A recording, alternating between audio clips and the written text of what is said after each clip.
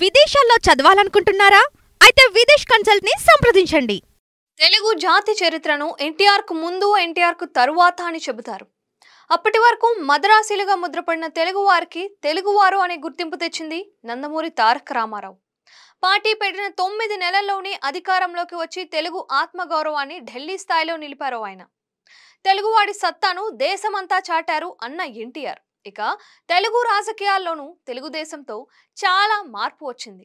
అప్పటి వరకు కాంగ్రెస్ చేతుల్లో నలిగిన రాష్ట్రానికి కొత్త దారి చూపించారు. ఇక హైదరాబాద్ గురించి ప్రత్యేకంగా చెప్పాలి.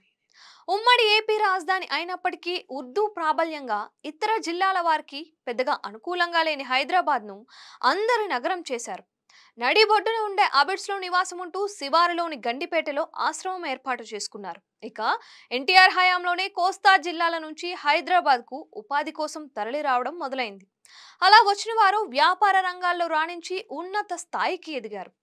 ఎన్టీఆర్ తర్వాత ఉమ్మడి ఏపీ సీఎం అయిన చంద్రబాబు నాయుడు హైదరాబాద్ను ప్రపంచ పటంలో నిలిపారు. ఎన్ని విమర్శలు ఉన్నా భారీ భవంతులతో సైబరాబాద్ అనే అందమైన నగరం ఇప్పుడు మనకు కనిపిస్తోంది అంటే దానికి పునాది వేసింది చంద్రబాబే. ఇన్ఫర్మేషన్ టెక్నాలజీ, బయోటెక్నాలజీకి ఆయన చాలా ప్రాధాన్యం ఇచ్చారు. దీంతో ఐటీ సంస్థలతో పాటు ఫార్మాకు హైదరాబాద్ రాజధాని అయింది. క్షణం తీరికలేని రోజుల్లో మైక్రోసాఫ్ట్ అధినేత బిల్ గేట్స్ ను 25 ఏళ్ల కిందటే హైదరాబాద్ కు తీసుకువచ్చి ఈ నగరం పేరు ప్రపంచమంతా వినిపించేలా చేశారు.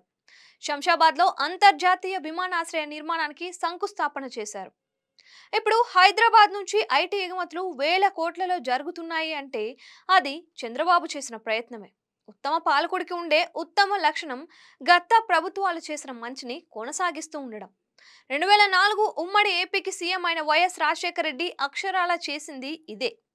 హైదరాబాద్కు ఏర్పడిన బ్రాండ్ను ఆయన ఏ మాత్రం చెడగొట్టలేదు. సరికదా, మరింత ఎత్తులకు తీసుకువెళ్లారు. భవిష్యత్ అవసరాలను గుర్తెరిగి శంషాబాద్ విమానాశ్రయాన్ని చకచకా పూర్తి చేయించారు. ఔటర్ రింగ్ రోడ్ అనే అతి పెద్ద ప్రాజెక్టును చేపట్టారు. ఇప్పుడు అది ఎంత అవసరమో తెలిసి వస్తుంది. మరోవైపు ఐటీ ఎగుమతులు అంతకంతకు పెరిగేలా చేశారు. కొత్త కొత్త సంస్థలను ఆహ్వానించారు. ఉప్పల్లో అంతర్జాతీయ క్రికెట్ మైదానం నిర్మాణమైంది వైఎస్ హయాంలోనే కావడం గమనార్హం. ప్రత్యేక తెలంగాణ ఏర్పాటయ్యాక హైదరాబాద్ను ఆణిముత్యంలా చూసుకున్నారు బీఆర్ఎస్ అధినేత కేసీఆర్. అత్యధిక ఆదాయం సమకూర్చే రాజధాని నగరంపై ప్రత్యేక శ్రద్ధ పెట్టారు. కుమారుడు ఐటీ మాజీ ప్రొఫెషనల్ అయిన కేటీఆర్ కు మున్సిపల్ ఐటీ శాఖ అప్పగించి హైదరాబాద్ పై ఫోకస్ పెట్టారు. చురుకైన కేటీఆర్ నాయకత్వంలో అమెరికా ఆవల ప్రపంచంలోనే భారీ క్యాంపస్లకు హైదరాబాద్ కేంద్రమైంది. తరచూ విదేశీ పర్యటనలతోనూ కేటీఆర్ భాగ్యనగరం బ్రాండ్ను విస్తరింపచేశారు. రీజనల్ రింగ్ రోడ్, 4వ నగరం, మురికి నదిగా మారిన మూసీ ప్రక్షాళన అంటూ హైదరాబాద్ ఇమేజ్ను పెంచే ప్రయత్నం చేస్తున్నారు తెలంగాణ సీఎం రేవంత్ రెడ్డి.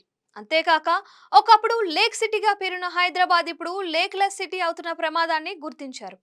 దీంతో Hyderabad disaster response and asset monitoring and protection agency హైడ్రాను తీసుకొచ్చారు. రంగనాథ్ వంటి సిన్సియర్ ఐపీఎస్ సారథ్యంలో ఇప్పుడు హైడ్రా కలకలం రేపుతోంది.